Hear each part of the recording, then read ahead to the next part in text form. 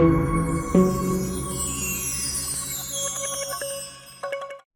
My awesome students, welcome to Akshar Vidyalaya. आज की इस वीडियो में हम डिस्कस करने वाले हैं चैप्टर नंबर 14 स्टैटिस्टिक्स। तो उसी पॉइंट के अकॉर्डिंग हम इस चैप्टर में सबसे पहले टॉपिक्स अंडरस्टैंड करेंगे एंड देन हम कुछ प्रीवियस ईयर्स के क्वेश्चंस एंड कुछ इंपॉर्टेंट क्वेश्चंस डिस्कस करेंगे, राइट।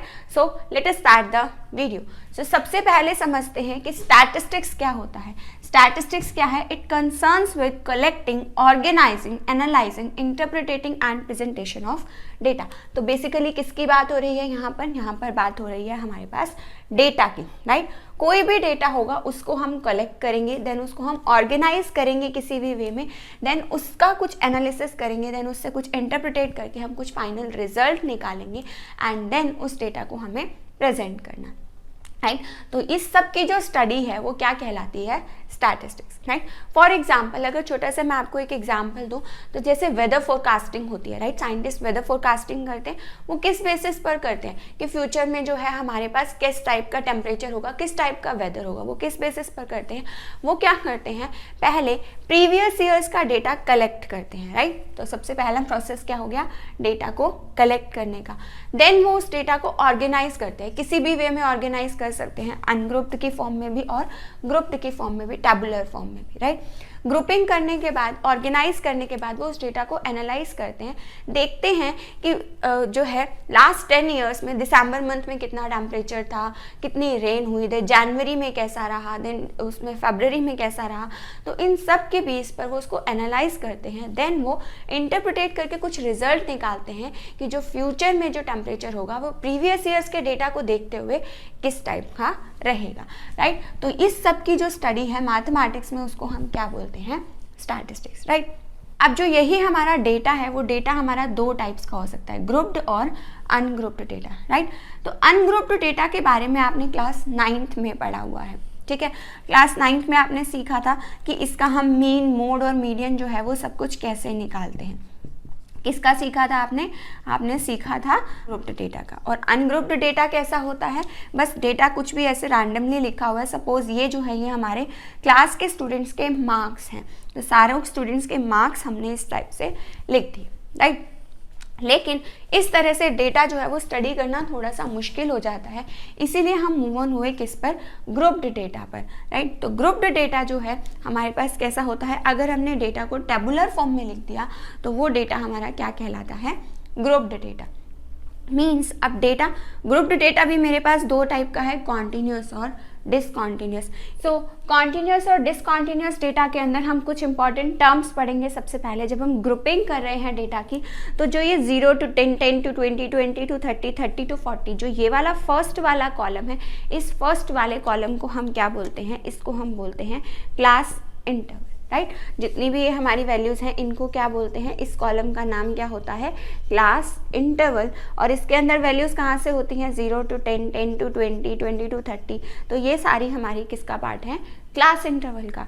एंड दिस जो ये सेकेंड कॉलम है, इस सेकेंड कॉलम का नाम क्या होता है? इसका नाम होता है फ्रीक्वेंसी, ठीक है। जैसे आपने साइंस में पढ़ा कि फ्रीक्वेंसी क्या होती है हमारे पास, कि एक जो वेव है हमारी वो 1 सेकेंड में कितना डिस्टेंस ट्रेवल करती है, मीन्स कितनी बार वो अप एंड डाउन हो रही है, राइट। कितनी बार, right. How many times word पढ़ा, वही चीज़ हमारे पास यहाँ पर फ्रीक्वेंसी में, स्टैटिस्टिक्स में भी वही चीज़ है कि 0 to 10 इंटरवल के बीच में कितने स्टूडेंट्स के मार्क्स हैं, राइट। 0 to 10 के बीच में वैल्यू कितनी बार रिपीट हो रही है। फॉर एग्जाम्पल अगर मैं यहाँ पर बात करूँ तो 0 to 10 में 1, 2 एंड 3, 3 वैल्यूज़ हैं टोटल, ठीक है। तो यहाँ पर फ्रीक्वेंसी कितनी आ गई मेरे पास?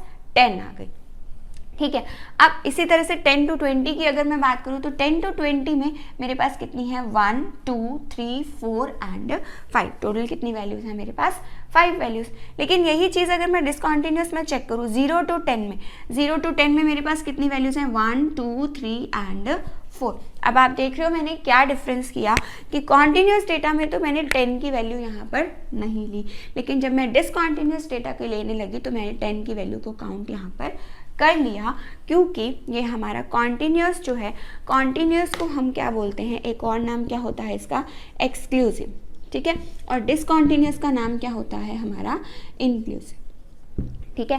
तो इसके अंदर जो कॉन्टिन्यूस डेटा के अंदर जो हमारी ये लिमिट्स हैं 0 to 10, आपको ये वर्ड पता होगा कि 0 to 10, 0 को हम क्या बोलते हैं, 0 को हम बोलते हैं लोअर लिमिट और इसको हम क्या बोलते हैं, 10 को क्या बोलते हैं हम अपर लिमिट। तो हम इसके अंदर क्या करते हैं, कॉन्टिन्यूस डेटा में तो हम जो है वो अपर लिमिट को इंक्लूड नहीं करते, डेटा चेक करते हुए कि कितनी बार वो डेटा रिपीट हो रहा है, वहाँ पे हम अपर लिमिट की वैल्यू को तो इंक्लूड नहीं करते, लेकिन इसके अंदर डिसकॉन्टिन्यूस में हम अपर की वैल्यू को इंक्लूड करते हैं।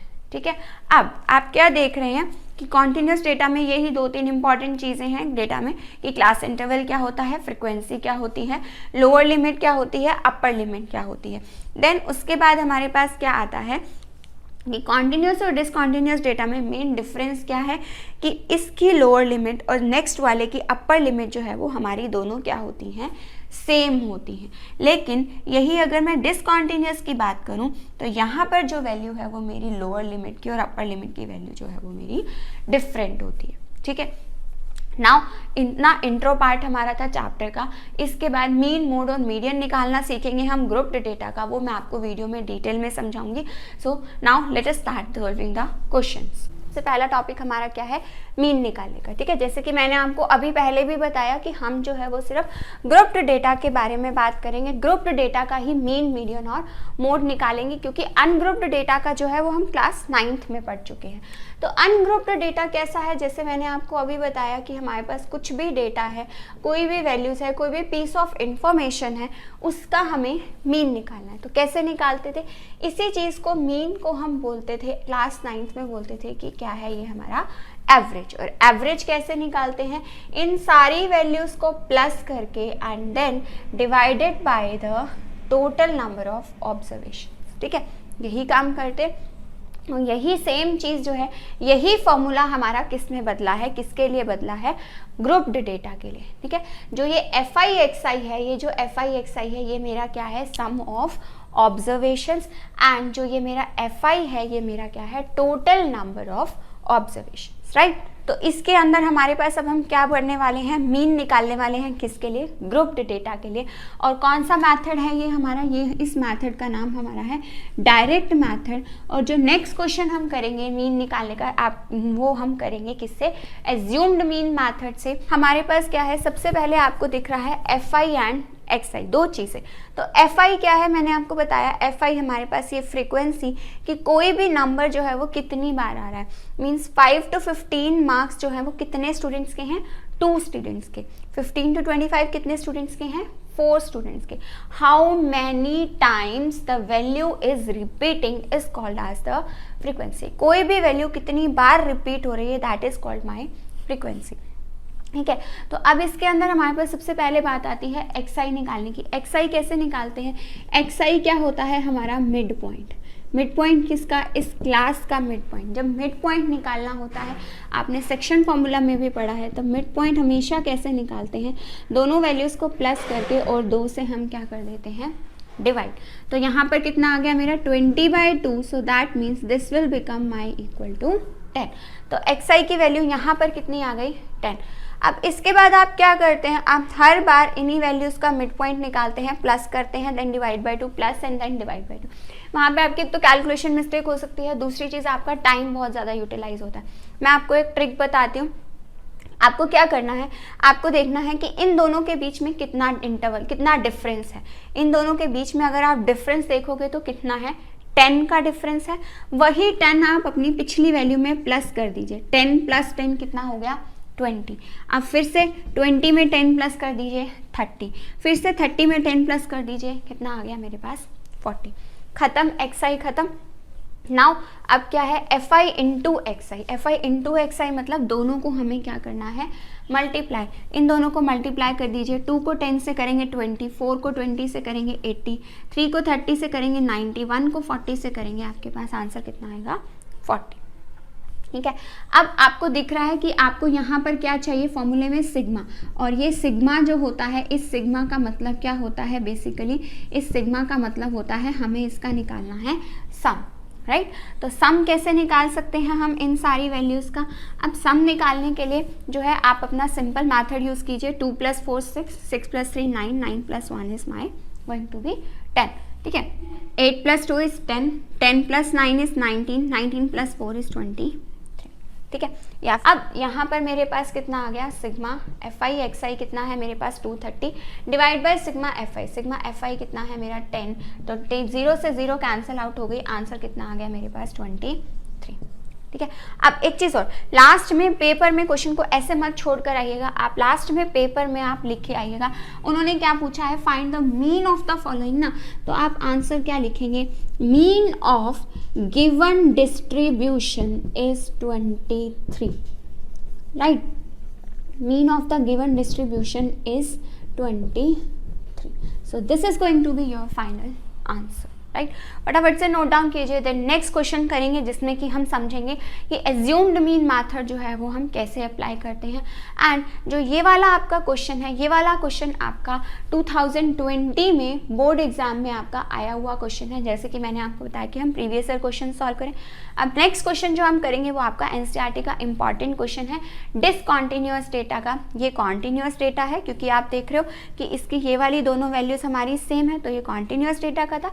नेक्स्ट क्वेश्चन हम करेंगे डिसकॉन्टिन्यूअस डेटा का with the help of assumed mean method. Now आपका एनसीईआरटी का इंपॉर्टेंट क्वेश्चन एक्सरसाइज 14.1 का आपका 5th क्वेश्चन जो इंपॉर्टेंट है, जिसके अंदर की क्या चीज़ इंपॉर्टेंट है, आपका डिसकॉन्टिन्यूअस डेटा, ठीक है।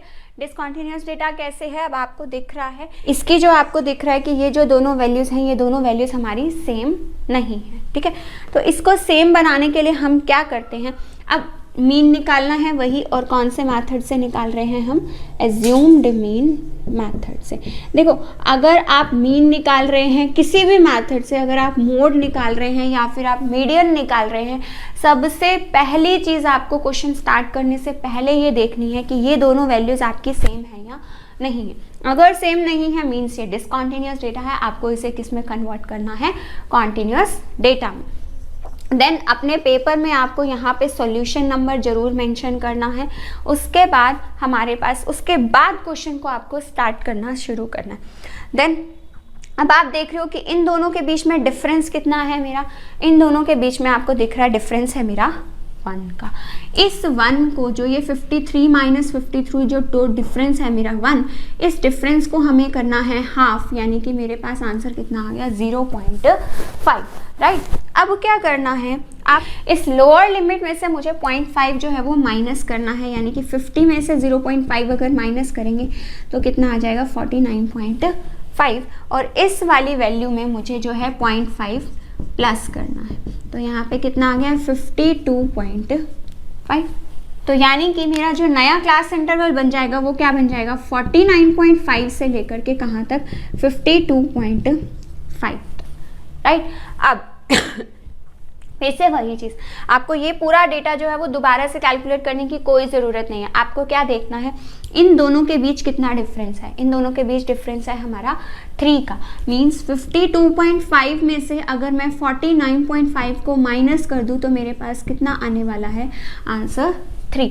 बस इसी 3 को जो है आप यहाँ पे प्लस करते जाइए। 52.5 तो यही रहेगा क्योंकि कॉन्टिन्यूअस डेटा बनाना है। 3 प्लस करूँगी यहाँ पर तो कितना आ जाएगा 55.5। देन दोबारा से 55.5 एज इट इज़, 3 प्लस करेंगे तो आंसर आ जाएगा 58.5। देन फिर से 58.5 में 3 प्लस करेंगे तो आंसर आ जाएगा 61.5। देन फिर से 61.5 में 3 प्लस करेंगे तो आंसर कितना आ गया 64.5। डन, ये निकल गया हमारा कॉन्टिन्यूअस डेटा। इस कॉन्टिन्यूअस डेटा के बेस पर हम आगे अपना क्वेश्चन सॉल्व करेंगे। नाउ अब हमारे पास क्या निकालना है, हमें अब निकालना है मुझे एक्स आई, और एक्स आई क्या होता है हमारा मिड पॉइंट, अभी समझाया मैंने। तो कैसे निकालते हैं, 49.5 में क्या प्लस करना है मुझे 52.5 एंड देन डिवाइडेड बाय 2। इन दोनों वैल्यूज़ को प्लस करके किससे डिवाइड करना है, 2 से डिवाइड करना है। तो मेरे पास कितना आ जाएगा, ये वैल्यू मेरे पास इन दोनों वैल्यूज को प्लस करके कितना आएगा 102 डिवाइड बाई 2, कैंसिल आउट करके ये मेरा बन गया 51। ठीक है, आगे की वैल्यूज कैसे सिखाई मैंने लिखनी है आपको, इन दोनों वैल्यूज के बीच का डिफरेंस देखिए कितना है 3 है। बस इसमें 3 प्लस करते चाहिए 54, देन 57, देन 60, देन 63। निकल गई सारी वैल्यूज। अब मेथड का नाम क्या है, एज्यूम्ड मीन, मतलब मीन हम पहले से ही एज्यूम करके चल लेंगे, इन xi की वैल्यूज में से एज्यूम कर लेंगे कि हमारा जो है वो मीन क्या है। लेट अस सपोज कि मैंने मान लिया कि जो मेरा मीन है वो कितना है 57। जनरली हम क्या करते हैं, जो मिडल वाली वैल्यू होती है उसको हम अपना मीन मान लेते हैं, ठीक है। अगर आपके पास ये 6 ऑब्जर्वेशंस होती तो आप इन दोनों में से किसी को भी आप अपना मीन मान सकते हैं। आंसर आपका बिल्कुल सेम आने वाला है, राइट। अब नेक्स्ट कॉलम है डी आई क्या होता है, xi माइनस ए, मीन्स xi क्या है 51 में से किसको माइनस करना है 57 को, तो आंसर कितना आएगा माइनस का 6, क्योंकि मुझे क्या करना है 51 माइनस 57, तो बड़ी स्टेटमेंट कौन सी है मेरी 57 ना, तो साइन भी किसका आएगा मेरा माइनस का। देन 54 में से 57 माइनस करना है तो आंसर किसका आएगा माइनस का 3। 57 में से ही 57 माइनस करना है, क्योंकि अब मेरा xi भी यही है और a भी यही है। आप ध्यान से देखिएगा, अब xi क्या बन चुका है 60 में से अब मुझे किसको माइनस करना है 57 को। यहाँ पर साइन मिस्टेक मत कीजिएगा, यहाँ पर अगर साइन मिस्टेक करेंगे तो क्वेश्चन गलत हो जाएगा। देन 63 में से किसको माइनस करना है 57 को, तो आंसर कितना आएगा मेरा 6, राइट। नाउ ये आपको पता है ये क्या है मेरा fi होता है और di हमने निकाल लिया, इन दोनों को मल्टीप्लाई करेंगे एंड देन अपने फॉर्मूले में पुट कर देंगे। देन करिए मल्टीप्लाई, 15 को -6 से मल्टीप्लाई करेंगे तो -90, 10 को -3 से मल्टीप्लाई करेंगे तो -30, 135 को 0 से करेंगे तो 0, 115 को 3 से मल्टीप्लाई करेंगे तो कितना आएगा 345, देन 25 को 6 से मल्टीप्लाई करेंगे तो आंसर कितना आएगा मेरा 50। डन।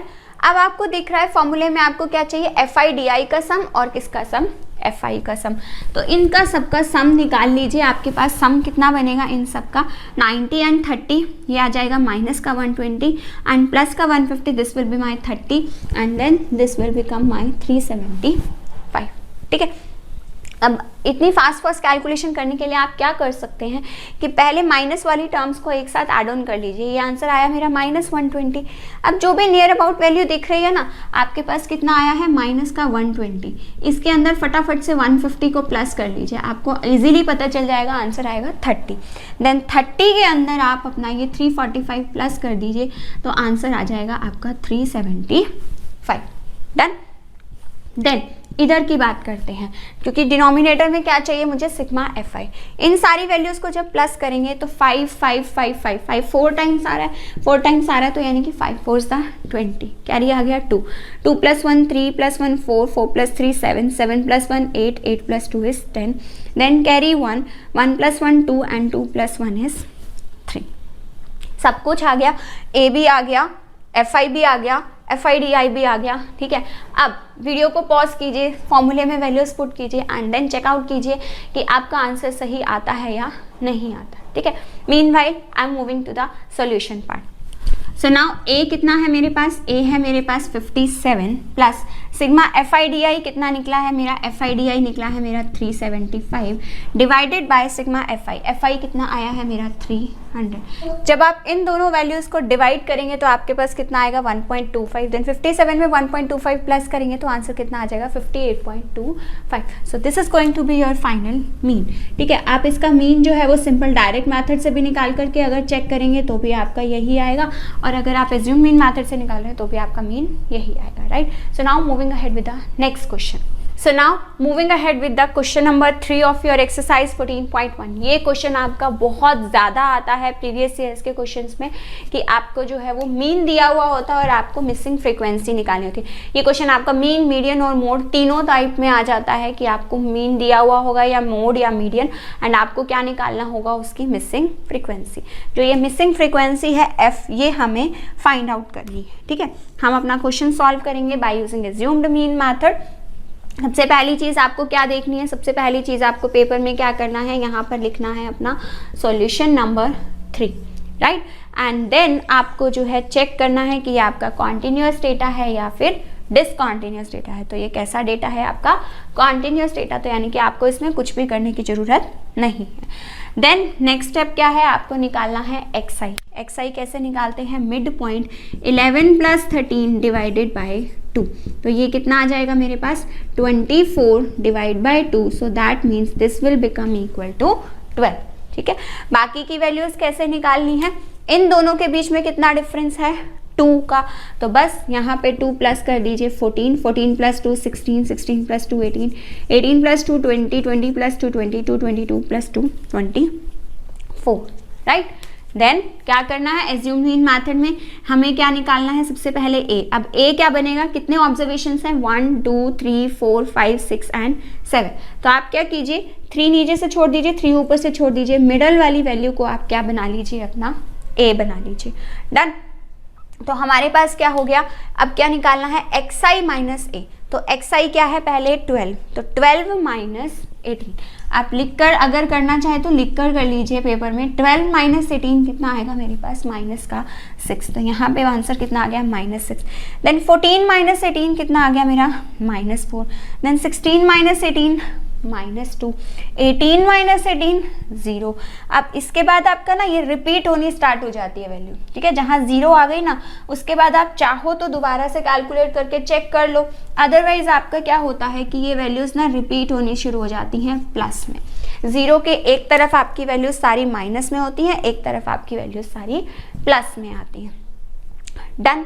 अब हमारे पास इसके बाद क्या है, ये क्या है हमारे पास, ये आपको पता है कितना है हमारा fi है, राइट। नेक्स्ट स्टेप क्या करना होता है, वही fi इंटू डी। देखो अगर f की वैल्यू निकालनी है तो क्वेश्चन का रूल चेंज नहीं होगा, क्वेश्चन वैसे का वैसे ही चलेगा हमारा, ठीक है। तो 7 को अब fi इंटू डी आई निकालना है, तो कैसे निकालेंगे, 7 इंटू -6 ये कितना आ गया, माइनस का 42, देन 6 इंटू -4 ये कितना आ गया, माइनस का 24, 9 इंटू -2 आंसर कितना आ गया, -18, 13 इंटू 0 आंसर आ गया 0, f इंटू 2 कितना आ जाएगा मेरा 2f, 5 4 था 20 एंड 4 6 था 24, ठीक है जी। वही काम करना है आपको, क्या करना है, fi di और fi का हमें क्या निकालना है, सम निकालना है। इनका जब अगर हम सम करेंगे तो सम कितना आएगा, 7 plus 6 13, 13 plus 13 7 plus 6 13, 13 plus 13 26, 26 plus 9 35, 35 plus 5 40 and 40 plus 4 is 44, ठीक है। इसी तरह से अगर आप यहाँ पर अपना सम निकालेंगे 44 प्लस f, इसको नहीं छोड़ देना, ठीक है, इसको इंक्लूड करके चलना है। देन उसके बाद हमारे पास यहाँ पर क्या आता है कि आप देखोगे तो ये 24 माइनस का, ये 24 प्लस का, ये तो दोनों सीधे कैंसिल आउट ही हो गए, खत्म। देन मैंने आपको क्या बताया कि 42 और 18 को प्लस कर लीजिए, पहले कितना बनेगा ये हमारे पास 60 माइनस का 60, देन प्लस का 20, तो ये कितना आ गया माइनस का 40 और क्या बच गया मेरे पास प्लस का 2f, ठीक है। बस यही वैल्यूज उठा के अपने मीन में पुट कर दीजिए, आपका आंसर आ जाएगा। अब आपको जो है मीन की कितना दिया हुआ है, मीन दिया हुआ है मुझे 18, तो इस तरफ की वैल्यू हमने लिख ली 18। ए कितना है, ए है मेरा 18, ए भी 18 है। बहुत ही आसान होने वाला है क्वेश्चन, क्योंकि दोनों वैल्यूज सेम है तो दोनों कैंसिल आउट हो जाएंगी, बहुत सिंपल हो जाएगा question. FIDI, sum of FIDI कितना है मेरे पास, -40 plus 2f divided by sigma FI कितना है मेरे पास 44 प्लस f, तो ये हो गया 44 प्लस f, राइट। अब क्या होगा, ये 18 इधर जाके माइनस का हो जाएगा, तो 18 माइनस 18 कितना आ गया मेरे पास 0, 0 is equal to -40 plus 2f divided by 44 plus f। Now cross multiply होंगी ये वाली दोनों टर्म्स, तो ये डिनोमिनेटर भी मेरा 0 हो जाएगा, तो सिंपल क्या बच गया, 0 is equal to -40 plus 2f। Now ये -40 प्लस का है इधर जाके, सॉरी ये -40 माइनस का है इधर जाके किसका हो जाएगा, प्लस का, देन कैंसिल इट आउट। सो हमारे पास f की जो वैल्यू है वो मेरी कितनी आ गई 20, ठीक है जी। तो इस तरह से आपको ये वाले क्वेश्चंस अटेम्प्ट करने हैं, ठीक है। तो यहाँ पे फटाफट से इस वैल्यू को, इस क्वेश्चन को नोट डाउन कीजिए, then we will move ahead with the next topic which is our mode, जो कि हमारा एक्सरसाइज 14.2 का टॉपिक है, ठीक है।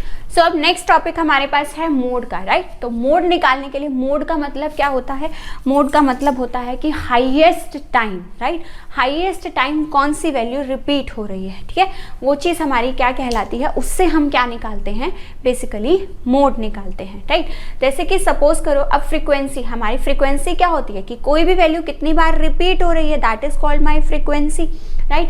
तो जैसे कि 10 to 15 के बीच में 4 स्टूडेंट्स के मार्क्स हैं, 15 to 20 में 7 स्टूडेंट्स के मार्क्स हैं, तो हाईएस्ट मार्क्स किन स्टूडेंट्स के हैं? 20 स्टूडेंट्स के, जो कि 20 to 25 हैं। तो ये मेरी क्या हो जाएगी? मेरी फ्रीक्वेंसी F1।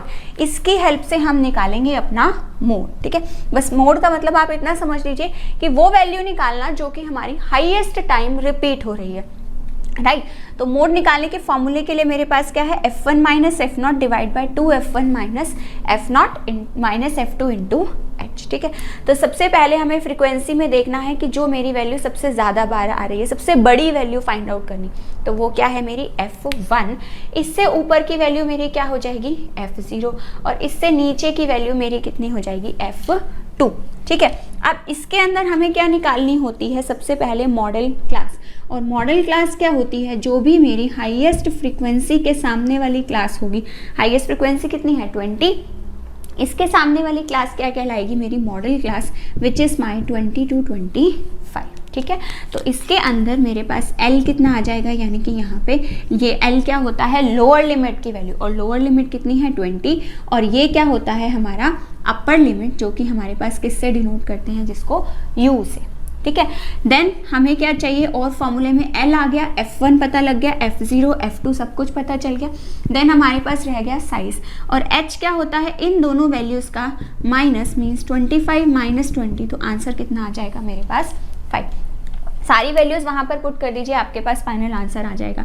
अब L कितना है मेरे पास? L है मेरे पास 20 प्लस, एक ट्राई कीजिए कि वीडियो को पॉज करके खुद से सॉल्व करने की, देन आंसर मैच कीजिए कि आप मिस्टेक कहाँ पर कर रहे हैं, ठीक है। देन F1 कितना है मेरा? F1 निकला है मेरा 20 माइनस F0, F0 कितना है मेरा?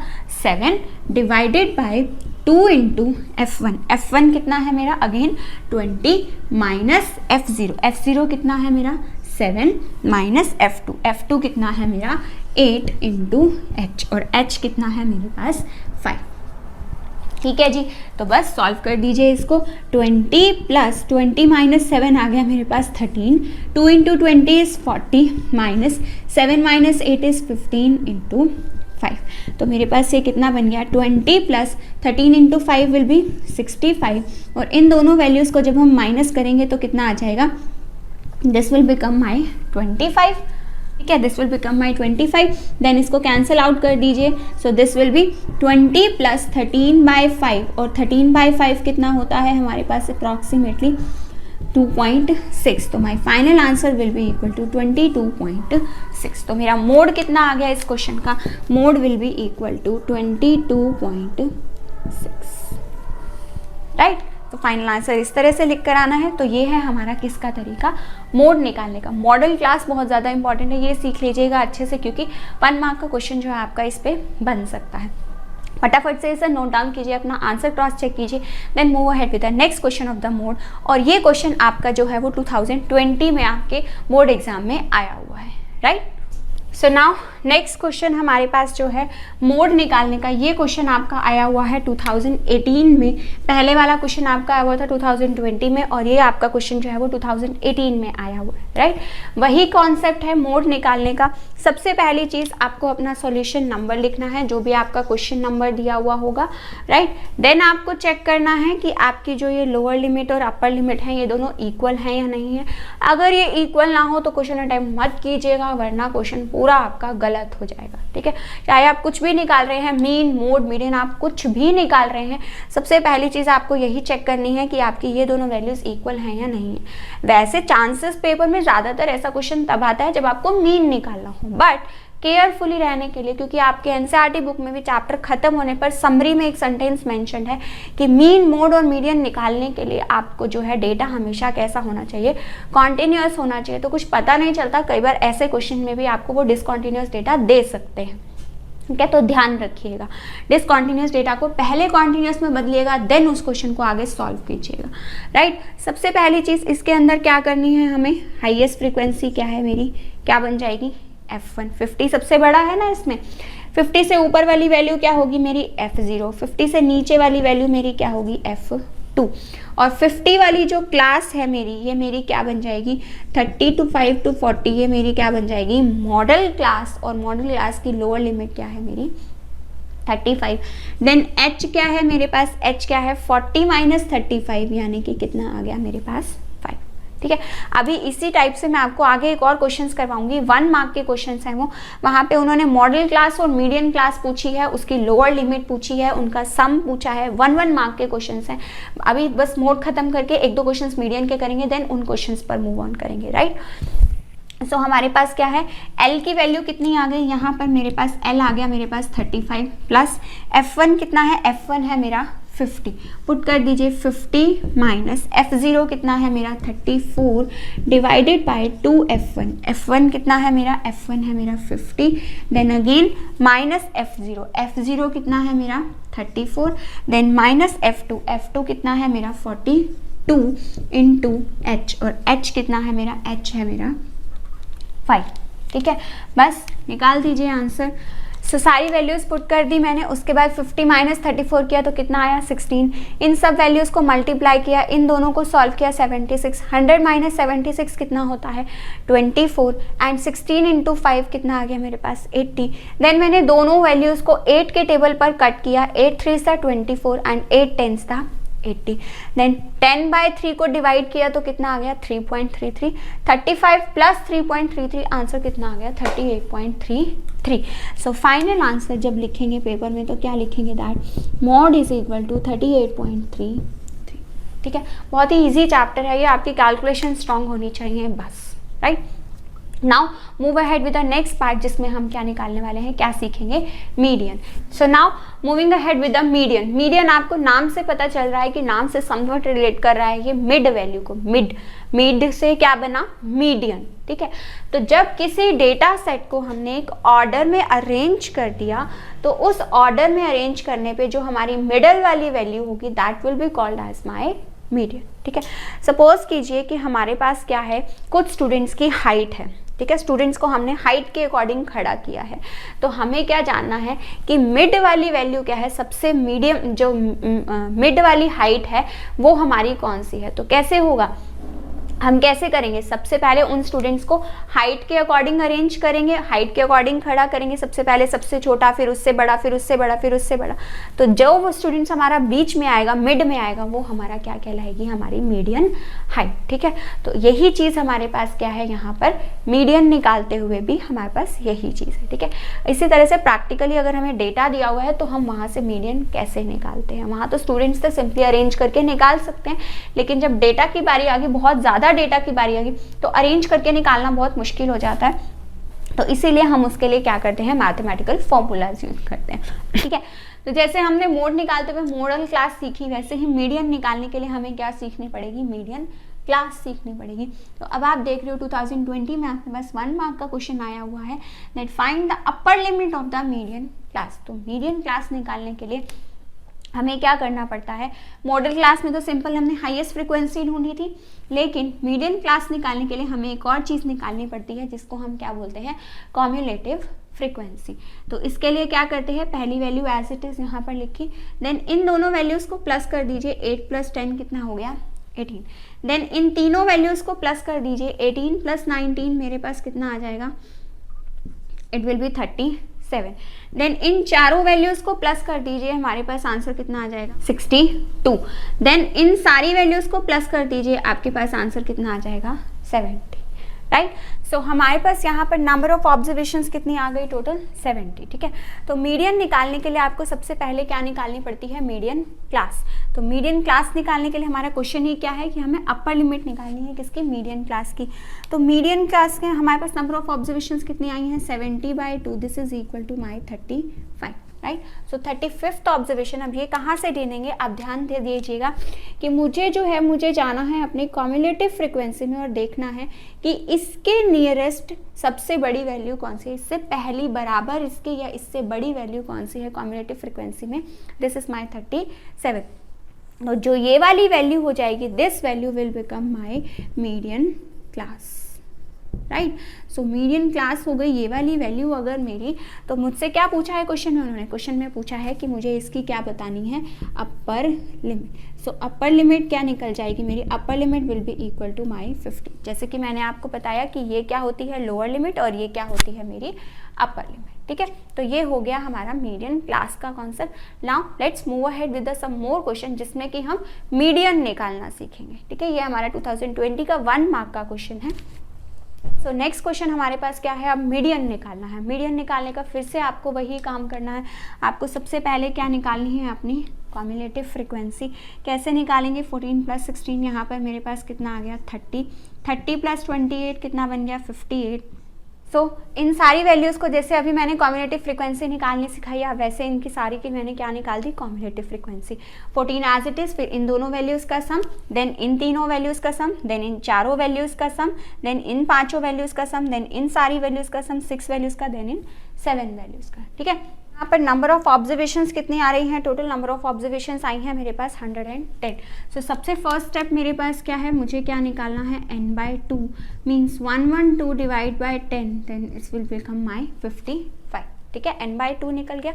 अब n/2 का क्या करना है, n/2 की वैल्यू ढूंढनी है कहाँ पर, CF में। CF में n/2 से बड़ी वैल्यू क्या है मेरी 58, तो इसके सामने वाली क्लास मेरी क्या बन जाएगी, मीडियन क्लास। तो मीडियन क्लास ये बन गई, तो यानी कि मेरे पास L की वैल्यू कितनी आ गई जो मुझे चाहिए, लोअर लिमिट कितनी आ गई मेरी 40, एंड देन जो मेरे पास CF होगा, CF क्या होगा, इससे ऊपर वाली वैल्यू, मीडियन क्लास से ऊपर वाली वैल्यू, यानी कि मेरे पास ये वैल्यू कितनी हो गई, sorry it will be my 30। इसी तरह से अगर मेरे पास फ्रीक्वेंसी है तो फ्रीक्वेंसी क्या होगी, जो सामने वाली वैल्यू है, ठीक है। मीडियन क्लास की जो फ्रीक्वेंसी होगी वो मेरी क्या होगी, F होगी, राइट। CF क्या होगी, उससे प्रीसीडिंग क्लास की, मीडियन क्लास से प्रीसीडिंग क्लास की, लेकिन जो F होगी वो मेरी क्या होगी, सिंपली मीडियन क्लास की फ्रीक्वेंसी। और इसी तरह से जो H होगा, H क्या होगा मेरा 45 - 50, दिस विल बिकम माई 5, ठीक है। बस यही सारी वैल्यूज आप यहाँ पर पुट कर दीजिए, आपके पास आंसर आ जाएगा। L कितना है मेरा, L है मेरा 40 प्लस n/2 कितना है मेरा 55 माइनस CF कितना है मेरा, CF है मेरा 30 डिवाइडेड बाय F, फ्रीक्वेंसी कितनी है मेरी 28 इंटू H कितना है मेरा, H है मेरा 5, राइट। सो यहाँ पे क्या आ गया मेरे पास 40 प्लस इन दोनों को माइनस करेंगे तो 25 डिवाइडेड बाय 28 इंटू 5। बस इनको आप सिंपली कैलकुलेट कर लीजिए, आपके पास आंसर आ जाएगा। This will be my final answer after division, ठीक है। बस इसका फाइनल आंसर लिख दीजिएगा पेपर में, that median is equal to this, right. Note down कीजिए फटाफट से, then move ahead with the next question. तो now moving ahead with the next question. ये आपका एनसीईआरटी का एग्जाम्पल है, ये थोड़ा सा अलग है इसलिए मैंने इसको यहाँ पर लिया है। इसके अंदर आपको क्या है, जब डेटा इस तरह से दिया हो less than 140, less than 145, less than 150, इस टाइप से आपको डेटा दिया हो, डायरेक्ट क्लास इंटरवल्स के फॉर्म में डेटा नहीं दिया हुआ, तो जो ये फ्रीक्वेंसी दी हुई होती है हमको, ये हमको कौन सी फ्रीक्वेंसी दी हुई होती है, कॉम्युलेटिव फ्रीक्वेंसी, ठीक है। ये हमको फ्रीक्वेंसी नहीं दी हुई, ये हमें कॉम्युलेटिव फ्रीक्वेंसी दी है जो हम निकाल रहे थे, राइट। तो इससे अब हम क्या निकालेंगे, इस वाले कॉलम से हम निकालेंगे क्लास इंटरवल, क्या है, लेस देन 140 मीन्स 140 से कम, तो उसको क्या लिख दिया हमने, बिलो 140। देन उन्होंने क्या बोला, लेस देन 145, लेस देन 145 का क्या मतलब हो गया, 140 से कम की तो सारी वैल्यूज यहाँ पर आ गई, और 145 तो रेंज क्या बन गई मेरी, 140 से लेकर 145। देन उसके बाद हमारी नेक्स्ट रेंज क्या बन जाएगी, लेस देन 150 की बात कर रहे हैं, 145 तक यहाँ आ चुका है, तो नेक्स्ट रेंज क्या बनेगी मेरी, 145 टू 150। इसी तरह से 150 to 155, then 155 to 160, then 160 to 165, right. अब जो ये फ्रीक्वेंसी मुझे दी हुई है, ये फ्रीक्वेंसी कौन सी है, मैंने आपको बताया कॉम्युलेटिव फ्रीक्वेंसी। तो कॉम्युलेटिव फ्रीक्वेंसी से फ्रीक्वेंसी कैसे निकालेंगे, कैसे निकालते थे, जब हमें फ्रीक्वेंसी से कॉम्युलेटिव फ्रीक्वेंसी निकालनी होती थी तो हम क्या करते थे, वैल्यूज़ को प्लस करते थे, राइट। लेकिन अब मुझे कॉम्युलेटिव फ्रीक्वेंसी से फ्रीक्वेंसी निकालनी है तो मैं क्या करूँगी, वैल्यूज़ को माइनस करूँगी, राइट। तो पहली वैल्यू एज इट इज़ लिखते थे, एज इट इज़ लिख दी। अब 11 - 4 कितना आ गया मेरे पास, 7। देन 29 - 11 मेरे पास कितना बन जाएगा, ये 18। देन 40 - 29 ये वाली वैल्यू कितनी बन जाएगी मेरे पास, this will be my 11, then 46 minus 40, ये वैल्यू कितनी आ जाएगी 6, देन 51 माइनस 46, यहाँ पे हमारे पास कितना आंसर आ गया टोटल 5, राइट। तो अब आपको पता है कि अगर ये कॉम्युलेटिव फ्रिक्वेंसी है तो यानी कि ये किसकी वैल्यू है मेरी, ये है मेरी n की वैल्यू। यहाँ से निकालिए सबसे पहले n/2 यानी कि 51/2 जो क्या बन जाएगा मेरा 25.5, ठीक है। अब ये 25.5 हो गया, तो क्या करते हैं इसके बाद हम मीडियन क्लास निकालने के लिए हम चेक करते हैं कॉम्युलेटिव फ्रीक्वेंसी में इससे बड़ी वाली वैल्यू कौन सी है, सबसे पहली मेरी 29, तो मेरी मीडियन क्लास क्या बन जाएगी, my median class will be equal to, median class आ जाएगी मेरे पास, this will be equal to इसके सामने वाली यानी कि 145 to 150, ठीक है। तो यानी कि मेरी L की वैल्यू कितनी हो गई, L will be equal to my 145, right. H भी निकाल सकते हो आप, यहाँ से H कितना आ जाएगा इन दोनों को माइनस करके, यानी कि ये आ गया मेरा 5, राइट।